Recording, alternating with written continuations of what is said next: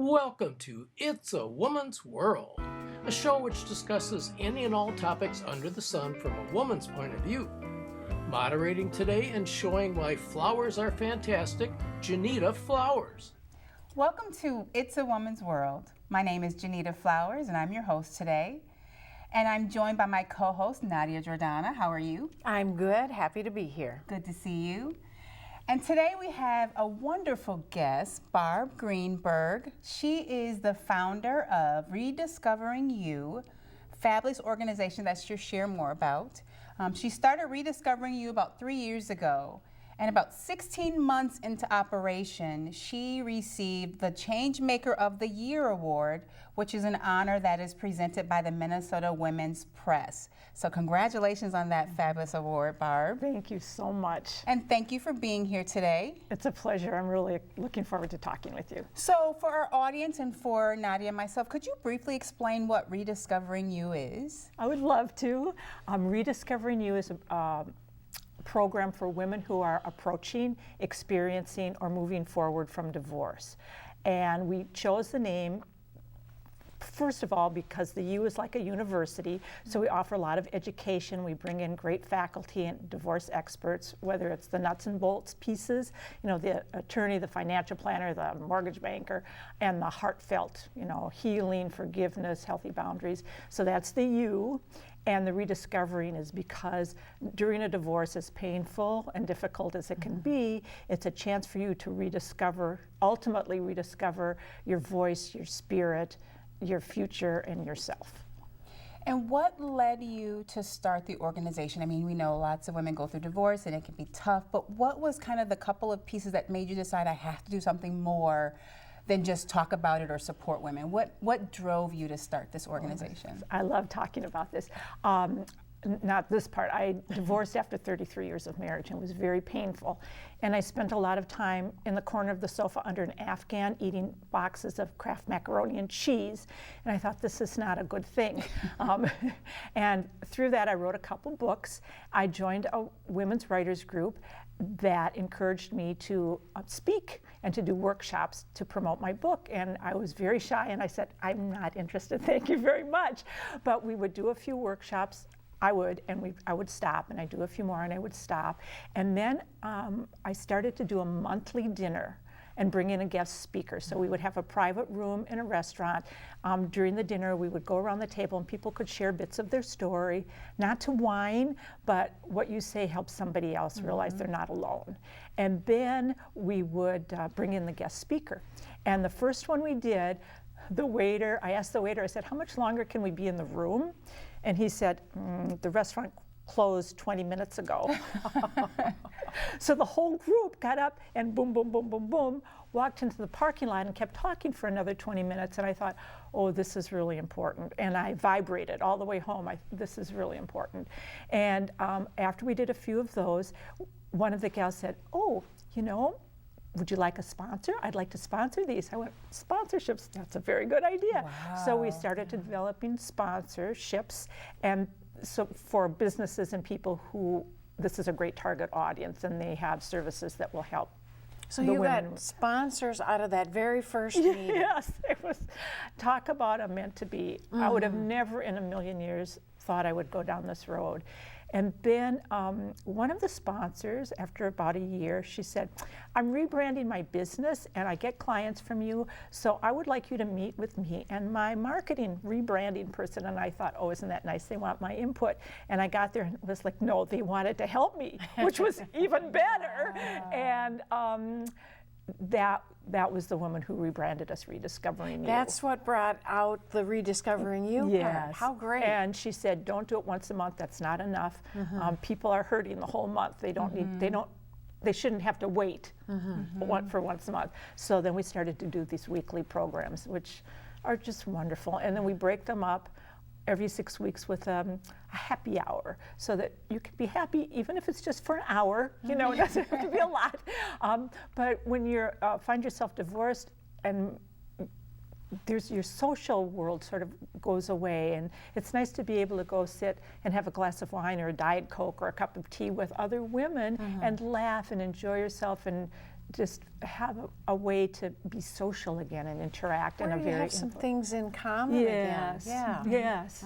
So that's been wonderful. And Rediscovering You is specifically for women that are going Yes. through the transition. At one point, we thought maybe we would do both, but the energy changes in the room, especially. Men are great. I love them. I've got a fabulous grandson, son-in-law's grandson too. But the energy shifts in the room, and if women have all been at all verbally abused or physically abused, it really gets uncomfortable. So I'm very careful that it's just women. Now, you mentioned that you went through divorce after 33 years, and I know that's when you started writing, and you were a part of a writing group. But what were some of the support tools that were available for you when you were on that journey of healing? There weren't any, and that's why Okay. this, I think, pulled at me because I would have made better decisions.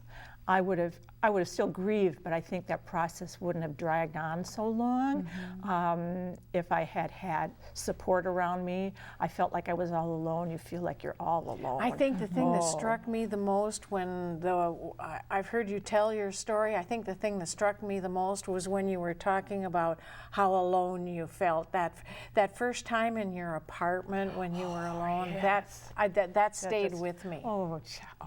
That was a really interesting thing that happened. I ended up, we sold our home, I moved into a little apartment, and I would come home and I'd drop my keys on the table and go, I'm 53 years old and I'm all alone in this little apartment. That was not supposed to be the deal. You know, what happened to my future? It blew up. But then one day I woke up and I looked around and went, I'm 53 years old and I'm all alone in this little apartment.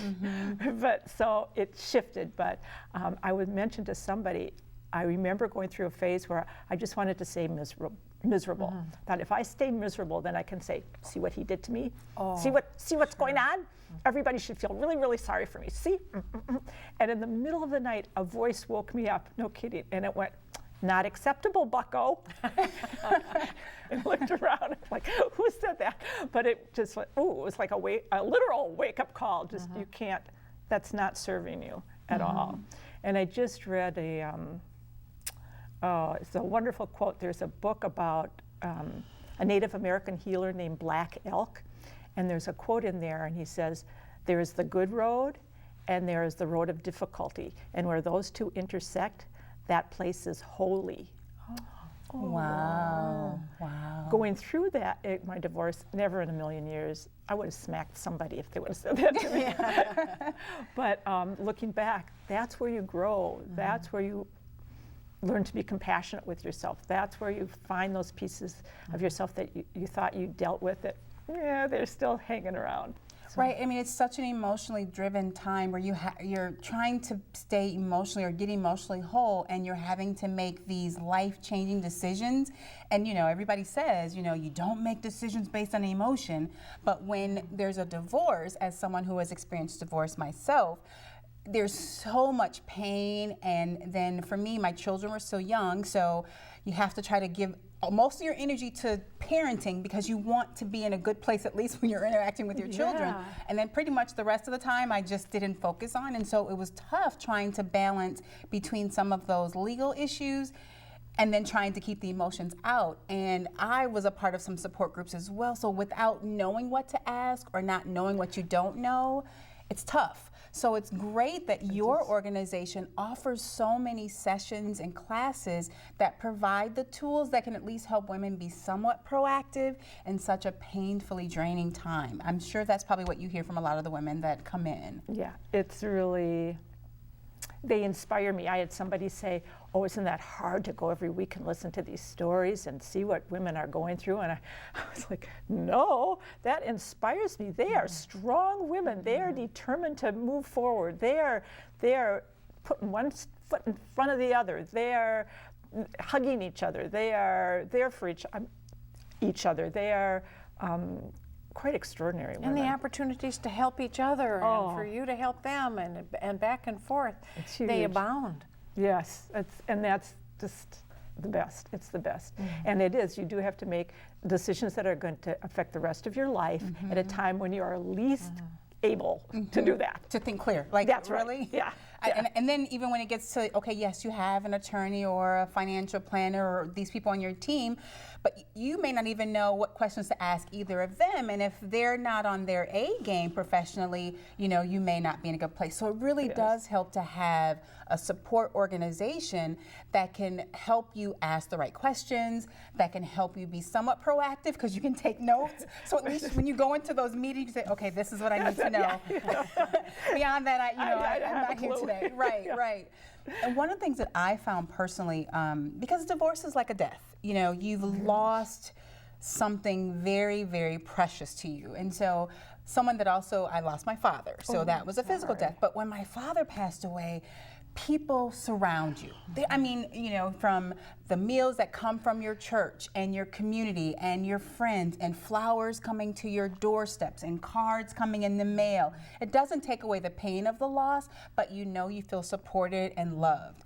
When I was going through my divorce, there was never any of that. And so people will say, how are you? And you know, you'll respond, but that's kind of it. And so again, that speaks to the importance of having something like your organization. I'm sure women may talk about feeling like they can't talk about what they're going through, or they don't feel like anybody understands. You lose some of your old friends. You do, yes. Things change. They either don't know what to say or do, or the dynamics are just different. And some are uncomfortable and they back away. It's interesting because there were a group of friends that kind of disappeared, but I've learned not to worry because the people that replace those friends, the friendships that come, spectacular. But yes, somebody said once, she said, divorce is like death, only there's a body that keeps walking around. Right. But it is, and she said nobody brings casseroles. Nobody brings casseroles. But you know, going back to your story, you said, you know, you had a very painful divorce after 33 years. But the beautiful thing, isn't it amazing how something so painful could birth something so powerful? How was that journey or experience for you? I'm overwhelmed a little bit. I feel very humble. I feel very grateful. I feel like this is what I'm supposed to be doing because things keep happening and people keep appearing they keep appearing. Like the woman who said, could I sponsor one of these? I would have, sponsorships, she just plopped. And the person who rebranded us, she just plopped there. I've had that happen over and over and over again. People just appear right when I need them. And that I would have never even known that I needed them, and there they are. So I know I'm going in the right direction. I feel sometimes like I'm running alongside the business, just kind of keeping up with it because it's going, and I'm like, okay. But I've gotten much more trusting about the path of the business because, am I supposed to go that way now? Okay, I'll go. And it's always worked out. So I'm so grateful. I'm so grateful. And the women I've met, and when somebody says, you've saved my life, and then they go, no, really, you saved my life. It's better than that. I mean, that speaks to just the journey in life. Most women, people in general, but you hear a lot from women, what am I supposed to do? How do you find your passion and find your purpose? But a lot of times there is sort of that painful thing, whatever it is. Maybe it's hard to get it off the ground. Maybe you don't have the financial resources. Maybe nobody supports you, whatever it is. But sometimes when you just kind of just step into something and you're willing to go through those hard places, that's when you will rediscover. You will discover like what you're supposed to do or what we were put on this earth to do. I mean, it's your story beyond being able to help so many women through such a painful time, but your story of how you were able to stumble upon this new thing that adds life to so many women is just so powerful. Absolutely. And inspiring. I mean, so both from helping women through a tough period and then also just helping women on their journey of trying to discover or rediscover what their passion is. I know Rediscovering You is about women who are thinking about or going through the divorce process, but your own personal journey is such an inspiration for women trying to figure out, okay, What am I supposed to do? I had kids.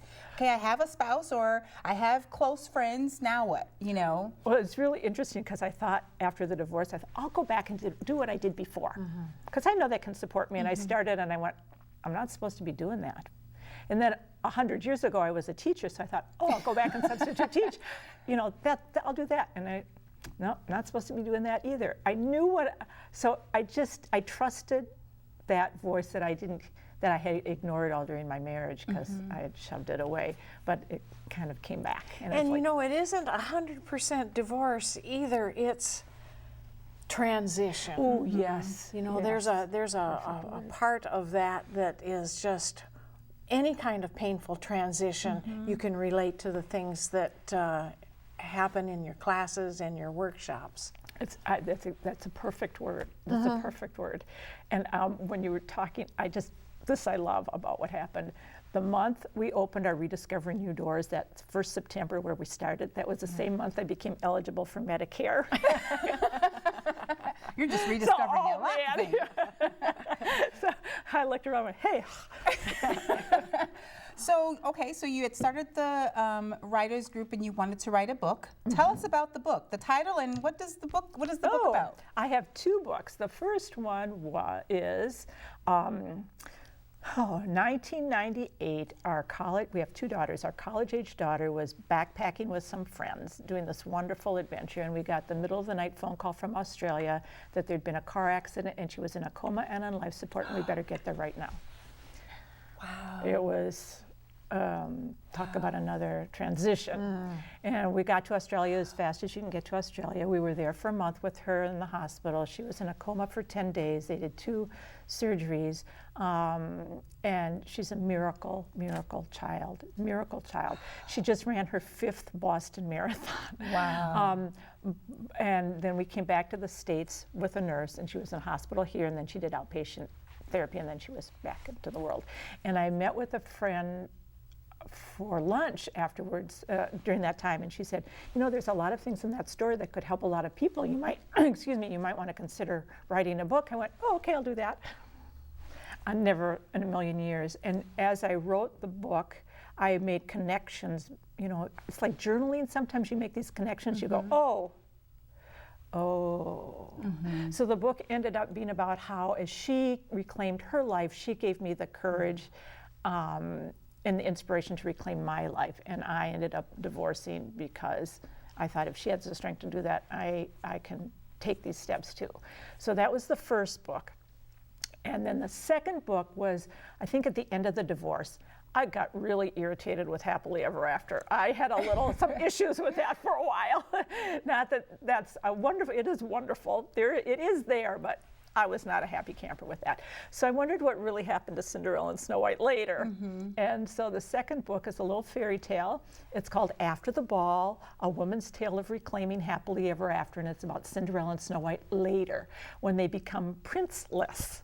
And what you do, women, you go together. You don't go by yourself. You go together and you find the wise woman in the woods, and then she gives you the gifts that you need so that you can move forward and reclaim your spirit, your voice, your future, and your own happily ever after. So when another prince comes, he doesn't have to rescue you, because that's not his job anyway. You already rescued yourself. Wow. So those are the 2. Yeah. Barb, our time goes by so fast, and it's been such a pleasure to meet you and talk to you and learn about Rediscovering You and your book and just your life journey. Such an inspiration. So thank you for being here today. Thank you so much, and thank you, Nadia. It's wonderful. So we're going to do a little bit of a transition here, and Nadia, one of our regular co-hosts, she's going to share one of her special secret passions with us about gardening and plants. Nadia? Okay. Well, we all have secret passions, and I'm going to share mine with you. Well, one of them. I like to grow voodoo lilies. Now, I don't have any blooming specimens here today, and I have what is left of the early winter bloom. About a month ago, they were blooming. These are called corms or tubers. And they're ugly little things, but as Junita can attest, you saw the bloom a month ago. this is much more social friendly than Yes, the I don't bloom was. smell anything. This is all that's left of my final little bloom. Now, without further ado, we can go and see a video clip that I made recently, and you can learn from that video all that I can teach you about voodoo lilies.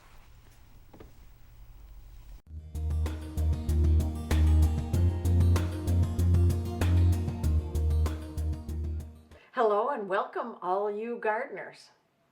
Right now it's early spring, and here in Minnesota we can still get snow and night frosts, but that doesn't mean I'm not gardening, at least of a sort. This gives me an opportunity to tell you about my secret passion. I love a plant most commonly called the voodoo lily. It's a cousin to the corpse flower, the giant plant that you see on the news sometimes that blooms only infrequently and stinks to high heaven when it does. Well, this is a smaller cousin to that plant, and yes, it does stink when it blooms. That's why a lot of people who grow these, and there aren't a lot of people growing them, but those that do will often grow them for their beautiful summer foliage, which is green and comes up and out like an umbrella, which is why it's sometimes also called an umbrella plant. With the blooms, they will, like often let them get to this point, like this one is here today, and let it bloom and see the beauty of it, but snip off the bloom here right at the top after they've taken pictures and shown it to their friends, and let them get a sniff of it. It really stinks. I'm telling you, it really stinks. It comes in waves. At this moment, it's not stinking right now, but it was about an hour ago, and if you can see the little white area in here, when it's white like that is when it's doing its thing with the odor. The fragrance, if you want to call it that, is to draw insects for the purposes of pollination. This plant is a subtropical, and I think Vietnam, some other places, it grows naturally. Here in Minnesota, when you grow them, it needs to be brought in the winter time. You can either leave it in pots and keep it indoors and let it go dormant, or you can remove it from the dirt, wrap it in newspapers, and let it go dormant. But it does need the dormancy period. Here, I'll show you. It does need the dormancy period. These are not in dirt. In order for this bulbifer to produce a bloom like this. The stalk is the inflorescence. This part here is the spadix, and this cowl part here is the spathe. I enjoy the plant. I get a lot of fun out of growing these and sharing them with unsuspecting friends. And it always gets a laugh. I want to show you now a video clip of one of the blooms, the very first bloom that I had a few years ago. These that you're seeing right here, these are small in comparison to how big the bloom and the plant can actually get. So look at this very first bloom that I had. I have a time lapse for you to enjoy. Watch it.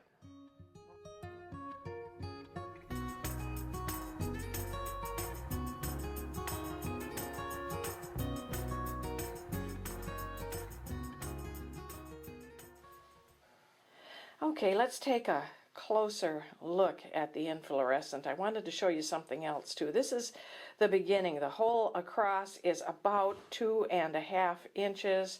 I'm going to move a ruler down so we can take a finer look at this. I think you can see, and maybe by my hand, just the size of the hole here. Maybe the ruler doesn't help very much.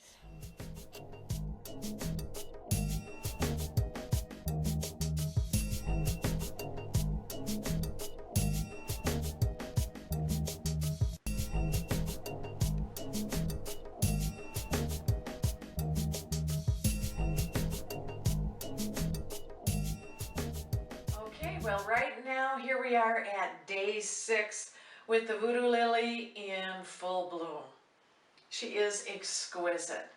And interestingly, today there is no disagreeable odor coming from her. Perhaps it's over, I really don't know, I'll report afterwards. But over the next few days, she's surely to begin to fade and shrivel, and we'll watch that too. So.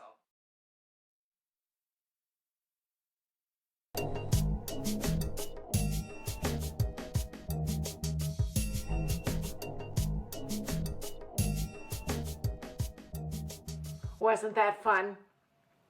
Another thing I wanted to tell you about is if you want to grow these yourself, you can always check online.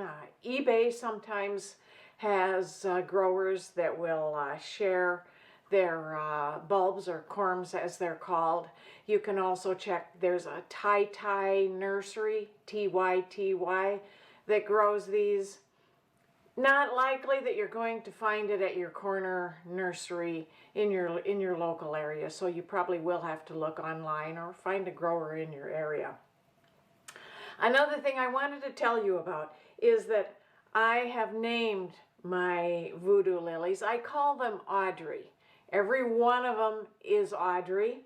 So since I have multiple every year, they end up being called the Audreys. Ooh, she's just started wafting a very unpleasant odor right now, so she's waking up again. We'll be moving away in just a moment. Again, back to why I call her Audrey. There's a movie, a film from the 1960s called Little Shop of Horrors. And I think it was remade again as a musical in the 1980s. If you ever get a chance to see it and you see the man-eating plant in that movie, which was named Audrey, you'll understand why I call this Audrey. But oh goodness, yes, she has started. And on that note, we will say goodbye.